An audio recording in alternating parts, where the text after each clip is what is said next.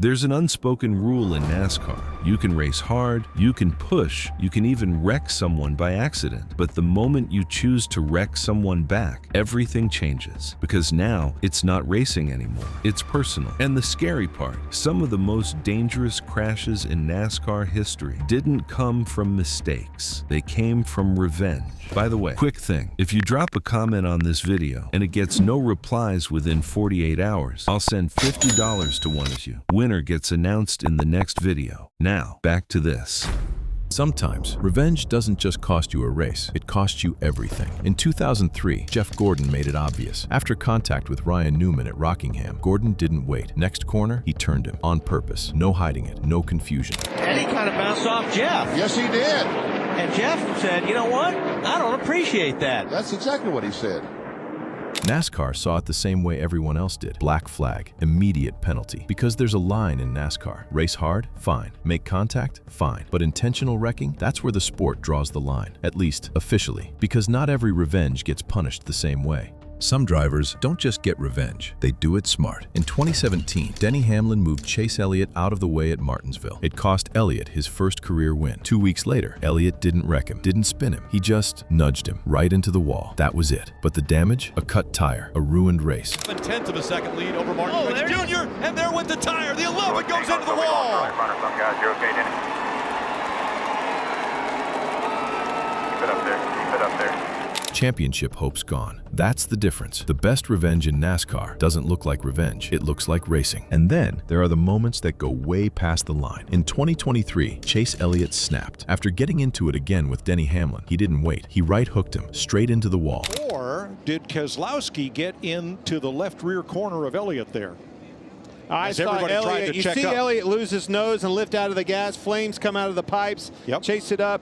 Squeeze Chase into the wall, and I think at full speed. That's one of the most dangerous moves in racing. No control, head-on impact, nowhere to go. NASCAR didn't hesitate, suspended, because some actions aren't just payback, they're reckless. And in a sport where safety is already fragile, that kind of move changes everything. Sometimes, NASCAR doesn't need to punish you. The track does it for them. At Martinsville, tensions between Denny Hamlin and Chase Elliott had already reached a boiling point. Hamlin had moved Elliott out of the way for the win, not aggressively enough to get penalized, but just enough to send a message. Il a marqué le plus de points de bonus sur les deux premiers segments. Ouais, il a déjà tapé là. Ouais. Oh, oui, il y a Custer qui vient s'encastrer en plus. Alors ça s'est passé avant en fait. Il y a eu un contact avant certainement dans le trafic.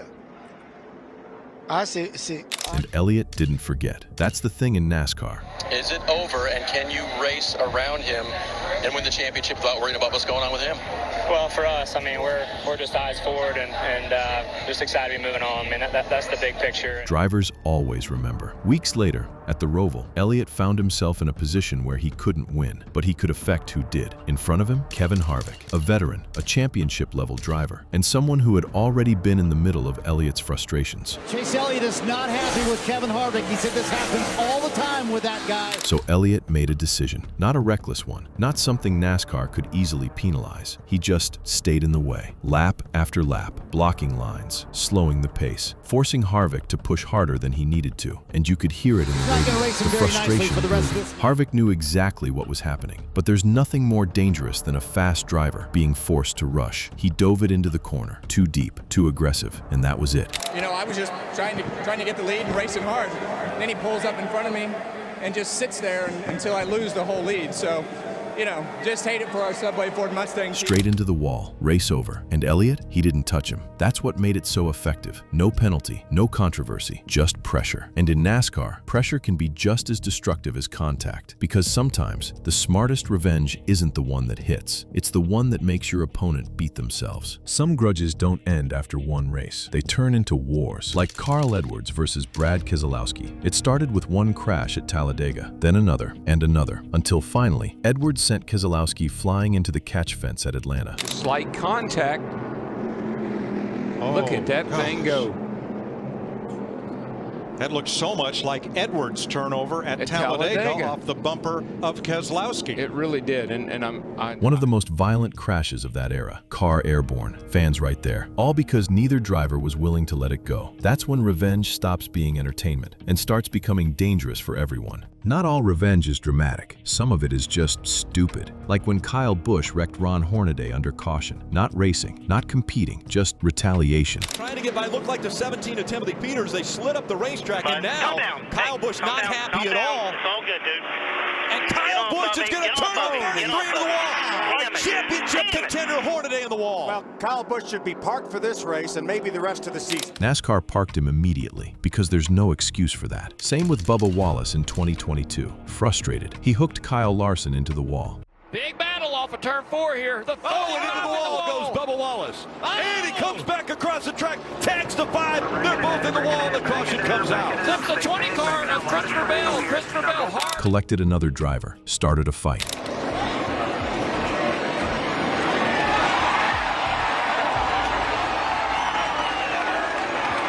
Suspended, no debate. At some point, it stops being about emotions and starts being about control. And then there's the one the fans loved, Martinsville. Matt Kenseth versus Joey Logano. Logano had already taken Kenseth out the week before, ended his championship run. So Kenseth came back, not to win, not to compete, just to wait, lap after lap, until Logano showed up. And then he wrecked him completely. And Kenseth cleared by Logano, maybe no! Kenseth takes him out! Logano into the wall!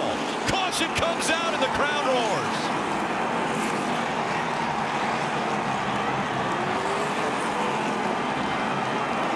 Down here. The crowd went crazy because sometimes fans don't want fairness, they want payback. Here's the truth. Every driver knows the risks. A bad crash here at Talladega. Just a very, very bad crash. Mark Martin is involved, so is Rusty Wallace, Brett Bodine, Elton Sawyer.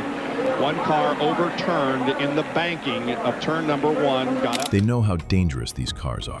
Johnny Sauter, he won at Daytona earlier this year. Can he do it again? They wreck behind him. They're rolling behind him. Now the 88 spins. Thor Sport is going to win. It's going to be Johnny Sauter that will get the win. They know what a bad hit can do. He made it into the top 10. He's running 3 wide. Whoa, there they go. There they go. Mike Wallace into the wall. And Derek Coates gets almost upside down into the wall.